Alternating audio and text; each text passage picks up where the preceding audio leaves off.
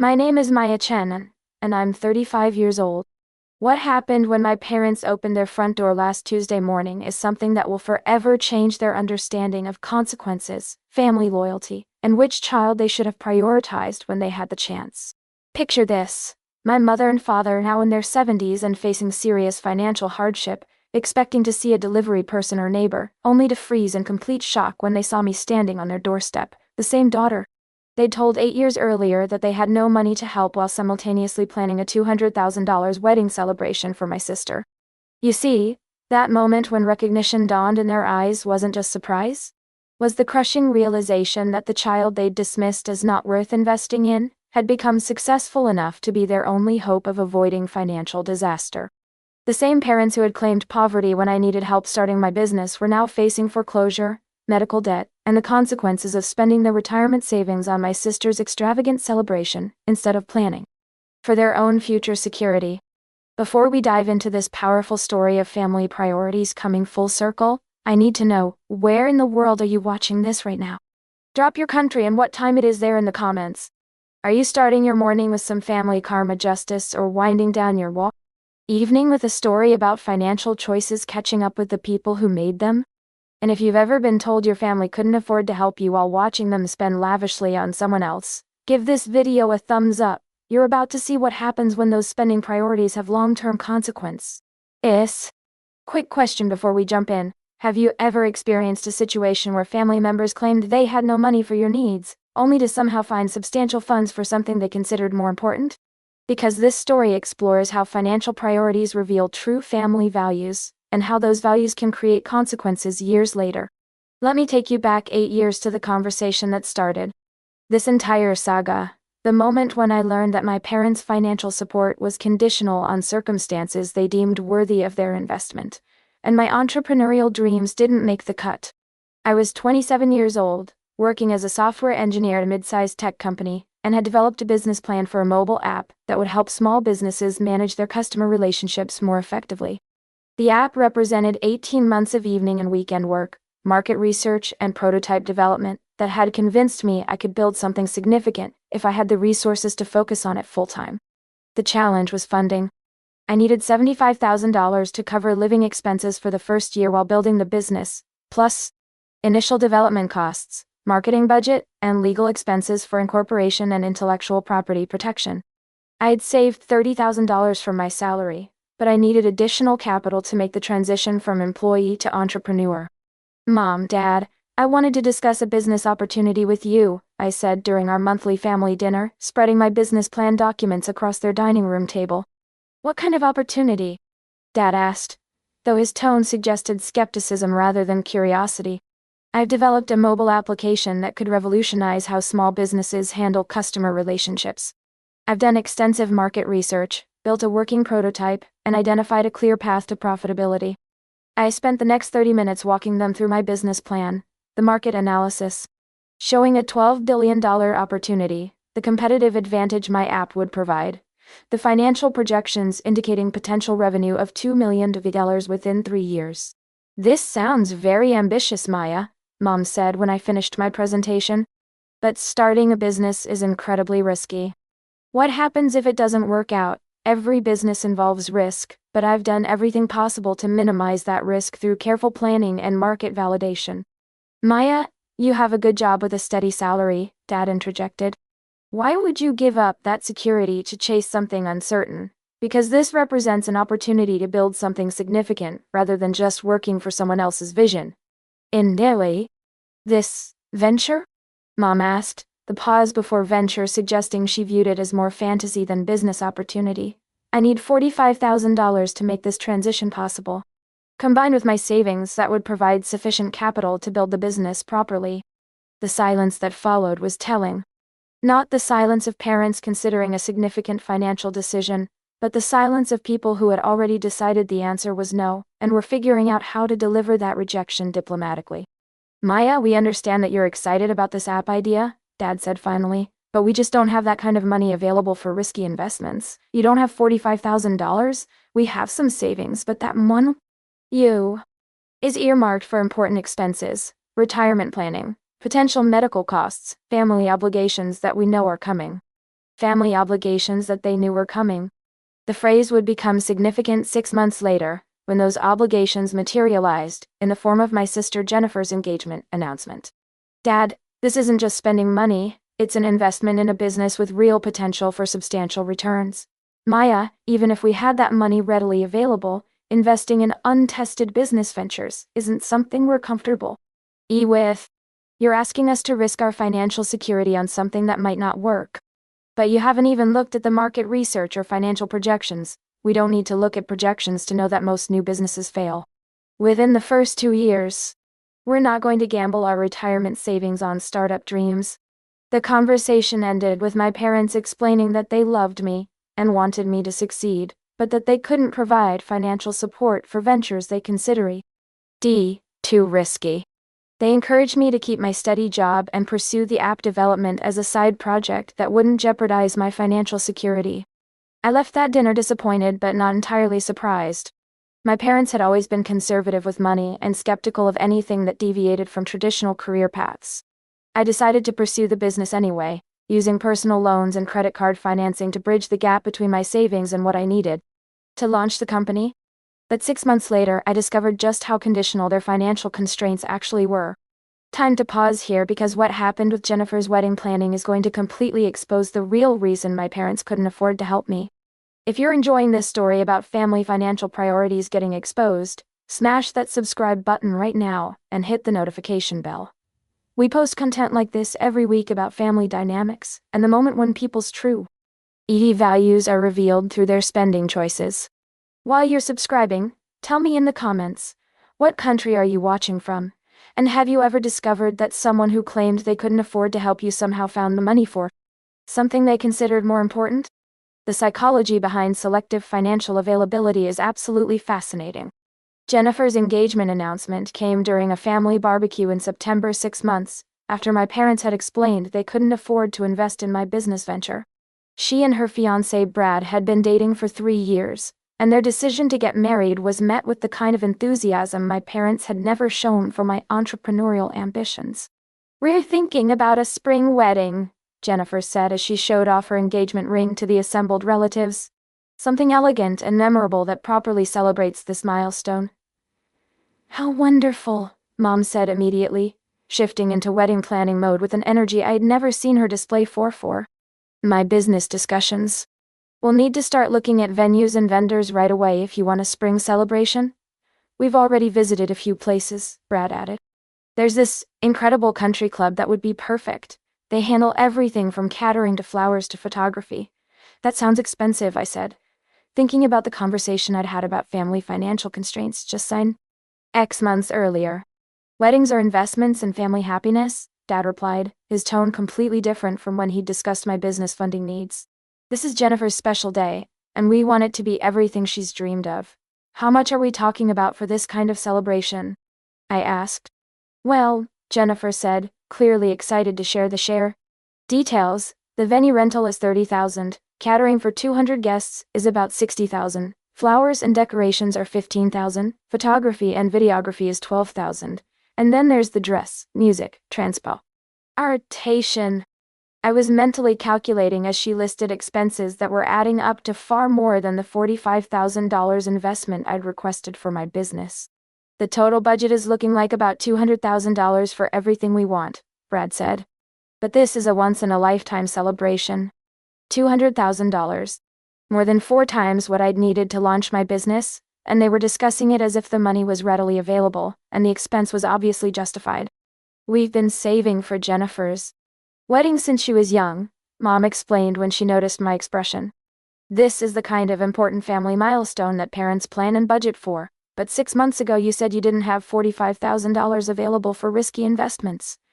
Maya, starting a business and paying for a wedding are completely different things," Dad said with the patience people use when explaining obvious concepts. "A wedding is a family celebration and cultural tradition. Your app idea was speculative and uncertain. So you've had $200,000 in savings this entire time?" "We've had wedding savings, retirement savings, and emergency funds," Mom said defensively. "Just because money exists doesn't mean it's available for any purpose someone might suggest." The distinction was clear, Money existed when family members needed it for purposes my parents considered worthwhile, but that same money was unavailable when someone needed it for purposes they didn't understand or support. Over the following months, I watched my parents spend lavishly on Jennifer's wedding preparation, while maintaining that they'd been right to refuse my business funding, because they couldn't afford risky investments. The wedding itself was exactly as expensive and elaborate as planned. 200 guests at an exclusive country club, professional photography, live band, premium catering, and every detail Jennifer had dreamed about since childhood. My parents glowed with pride as they hosted what they described as the social event of the year, frequently mentioning the investment they'd made in their daughter's happiness. Meanwhile, I was building my business using credit card debt, personal loans, and the kind of financial leverage my parents had warned me against. The irony was that their refusal to provide low-risk family funding had forced me into genuinely risky financial arrangements to pursue the same opportunity. But something else was happening during those months of wedding planning and celebration. My app was succeeding beyond anything I'd projected in my original business plan.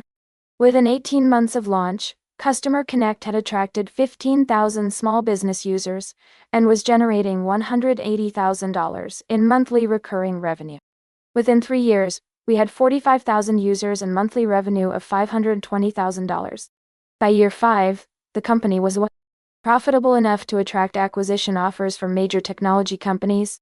The business my parents had considered too risky to support with family funds was sold to Microsoft for $18 million in 2019, making me financially independent at age 32, while also proving that their assessment of the opportunity had been catastrophically wrong.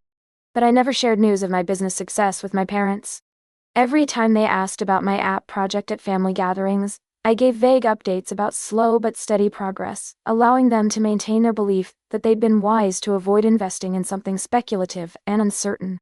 What I didn't realize was that while I was building substantial wealth through the business they'd refused to support, my parents were making financial decisions that would eventually put them in exactly the position they'd claimed to be worried about when I'd asked for their help. The lavish spending on Jennifer's wedding had been just the beginning of a pattern of financial choices that prioritized immediate family gratification over long-term security planning. Jennifer's wedding was followed by expensive family vacations, home renovations, luxury car purchases, and ongoing financial support for Jennifer and Brad as they established their married life. My parents had spent their 60s living like people whose resources were unlimited, apparently forgetting that retirement and aging would eventually require the savings they were depleting.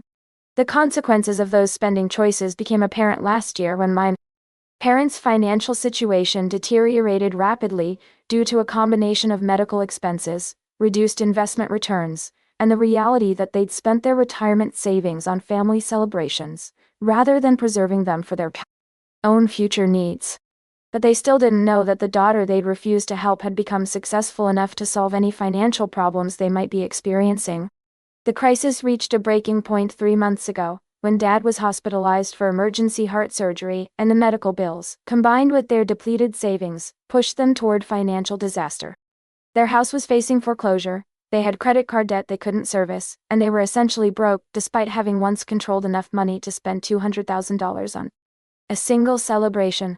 Jennifer and Brad, whose comfortable lifestyle had been partially subsidized by my parents' generosity, were unable to provide the level of financial assistance needed to resolve the crisis. The family members who had benefited from my parents' lavish spending were not in a position to reciprocate when that generosity had consequences. That's when my parents remembered they had another child, the one whose business funding they'd refused 8 years earlier. The phone call came on a Tuesday morning, with Mom's voice carrying the desperation of someone who had run out of options. "Maya, we need to ask you for help with something very important." "What's going on, Mom? Your father and I are in serious financial trouble." Medical bills from his surgery, combined with some other expenses, have put us in a position where we might lose the house." "How serious is the financial trouble?" "We need about $150,000 to get current on all undue debts and avoid foreclosure." "Maya, I know this is a lot to ask, but we don't have anyone else to turn to." The irony was perfect. My parents, who had claimed 8 years earlier that they couldn't afford to invest $45,000 in my business, because they needed their money for financial security, were now asking me for $150,000 to solve a crisis created by spending their security on family celebrations. "Mom, I'll need to understand the full situation before I can consider how to help. Of course. Maya, would it be possible for you to visit us this weekend? We could go over everything in detail and discuss what options might be available. I agreed to visit, but I didn't tell them about my financial success or my ability to solve their crisis immediately. Instead, I decided this would be an opportunity for them to learn some important lessons about assumptions, family support, and the long-term consequences of financial priorities. The visit was scheduled for the following Tuesday morning. I drove to their house knowing this would be a conversation unlike any we'd ever had, one where the power dynamic would be completely reversed from 8 years earlier. When I knocked on their door at 10 a.m., I could see them through the window looking tired, stressed, and older than I'd remembered. They opened the door expecting to greet their daughter, who they hoped might be able to provide some modest assistance with their financial crisis. Instead, they saw someone whose success they'd never bothered to discover, whose business they'd refused to support, and whose potential they'd completely underestimated when it might have mattered to our relationship. The look of recognition and shock when they realized who I'd become was something I'll never forget. Hold on, I need to pause here because their reaction when they realized that the daughter they'd refused to help had become wealthy enough to solve all their problems is absolutely incredible. If you're loving this story about financial karma and family priorities coming back to haunt people, make sure you're subscribed because what happens next shows exactly why assumptions about your children's potential can have consequences decades later. Real quick, what time zone are you in right now? And have you ever been in a position where people who once refused to help you later needed your assistance? Drop it in the comments because the psychology of these reversed power dynamics is fascinating. When my parents opened their door and saw me standing there, the sequence of emotions that crossed their faces was like watching a time-lapse of recognition, memory, and dawning understanding all compressed into about 30 seconds. First came the relief of seeing their daughter, who they hoped could provide some financial assistance. Then came confusion as they processed that I was wearing an expensive suit, driving a car they didn't recognize, and carrying myself with the confidence that comes from genuine financial success. Finally came the shock as they began to suspect that the daughter whose business dreams they'd dismissed might actually have achieved something significant during the years they'd been focused on Jennifer's milestones and celebrations. Maya, Mom said weakly, stepping aside to let me into the house where I'd grown up. Thank you for coming. The house looked exactly as I remembered, but smaller somehow, and I could see evidence of the financial stress they were experiencing.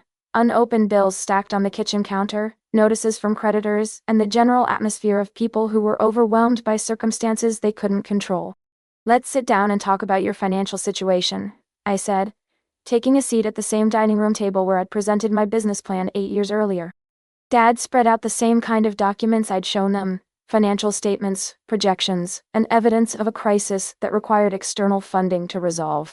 But this time they were the ones asking for investment, and I was the one evaluating whether their situation merited financial support. The medical bills from Dad's surgery totaled $87,000 after insurance, Mom explained.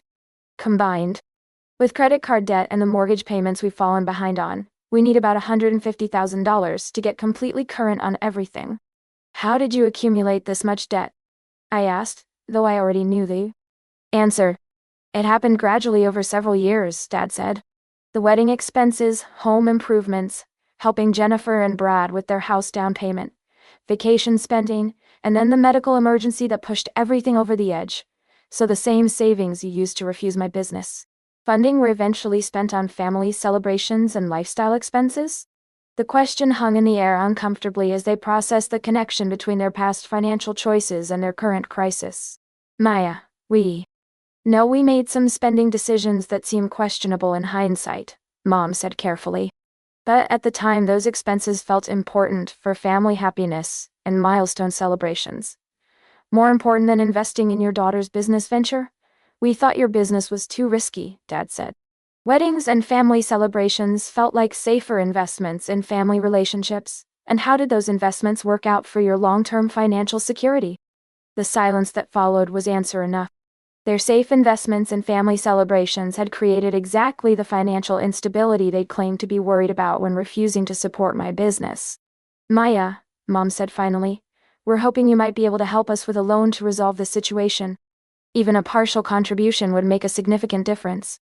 Before we discuss what I might be able to contribute, I think you should understand what happened with the business you refused to support. I pulled out my phone and showed Then the news article about Microsoft's acquisition of Customer Connect, complete with photos and details about the $18 million sale price. The silence that followed was unlike anything I'd ever experienced with my parents. They stared at the screen, reading and rereading the article, trying to process that their daughter had built and sold a business worth more money than they'd see in their lifetimes. $18 million? Dad whispered. The business you considered too risky to invest $45,000 in was ultimately worth $18 million to Microsoft. But you never told us it was successful, Mom said, confusion evident in her voice. Because every time I mentioned the business at family gatherings, you showed polite disinterest and changed the subject to Jennifer's achievements or other topics you considered more important. We didn't know. You didn't know because you never asked. Just like you're asking for financial help now without ever having shown curiosity about whether I was capable of providing it. The conversation continued for 2 hours, with my parents asking questions about my business success, my current financial situation, and my ability to help them resolve their crisis. But the most important part wasn't the financial details, it was their recognition of how their assumptions about both children had been wrong. Maya, can you forgive us for not supporting your business when you needed our help? Dad asked as we were concluding our discussion of their financial situation. Dad, I can forgive you for not understanding an opportunity you weren't equipped to evaluate. But I need you to acknowledge that your financial constraints were selective rather than absolute. What do you mean? I mean you had $200,000 available when Jennifer needed wedding funding, but you had $0 AV available when I needed business funding. Your money wasn't limited, your priorities were. You're right, Mom admitted. We should have supported your ambitions the same way we supported Jennifer's celebrations. Mom, I don't need your support anymore. I built the business without it, and I succeeded beyond what any of us imagined possible. But I needed you to recognize that your financial choices reflected your values about which child's dreams were worth investing in. The acknowledgement was important, but the real question was what I would do about their current crisis. Maya, are you willing to help us avoid foreclosure and resolve this financial emergency? Mom asked. I'm willing to solve your entire financial crisis immediately, I said. But I have conditions. What kind of conditions?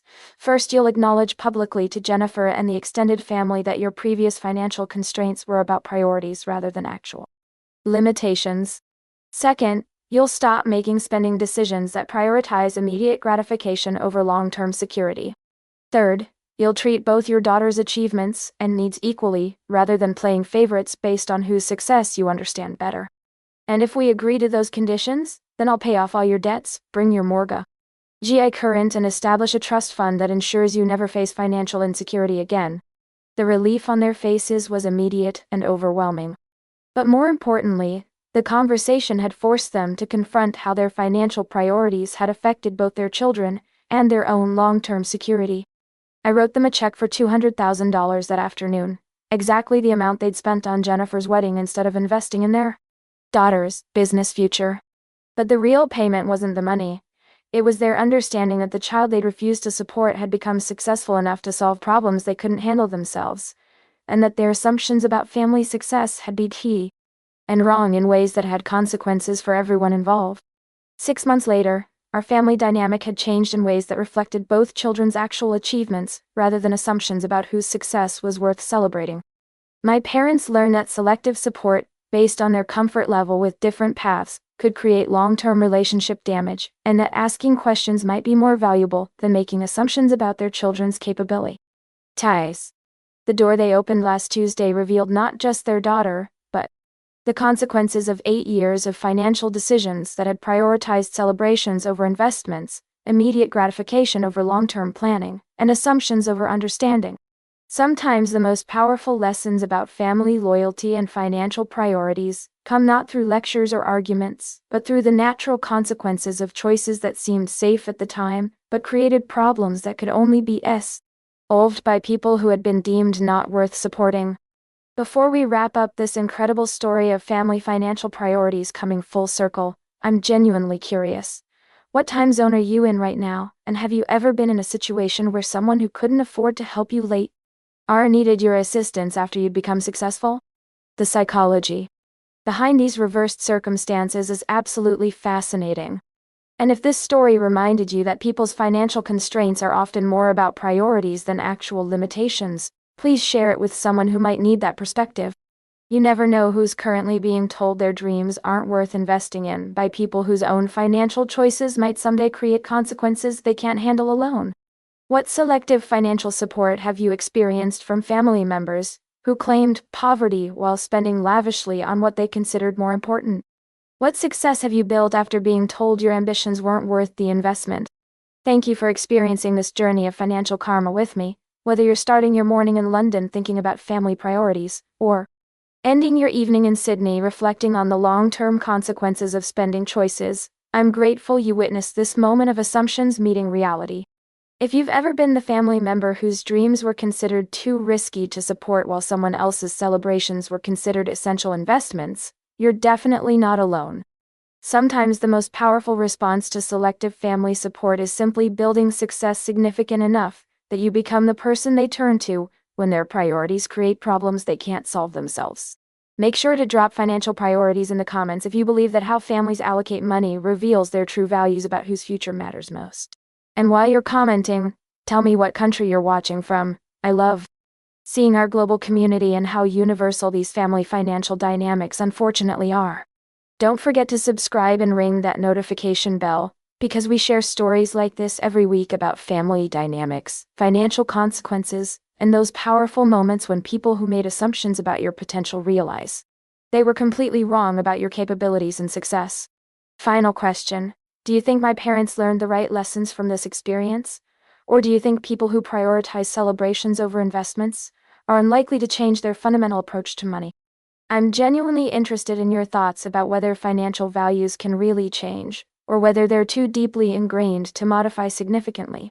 Remember, your worth isn't determined by your family's willingness to invest in your dreams, but when you build success that makes their support irrelevant, it can create opportunities for relationships to heal, while ensuring that important lessons about priorities and consequences finally get acknowledged and addressed.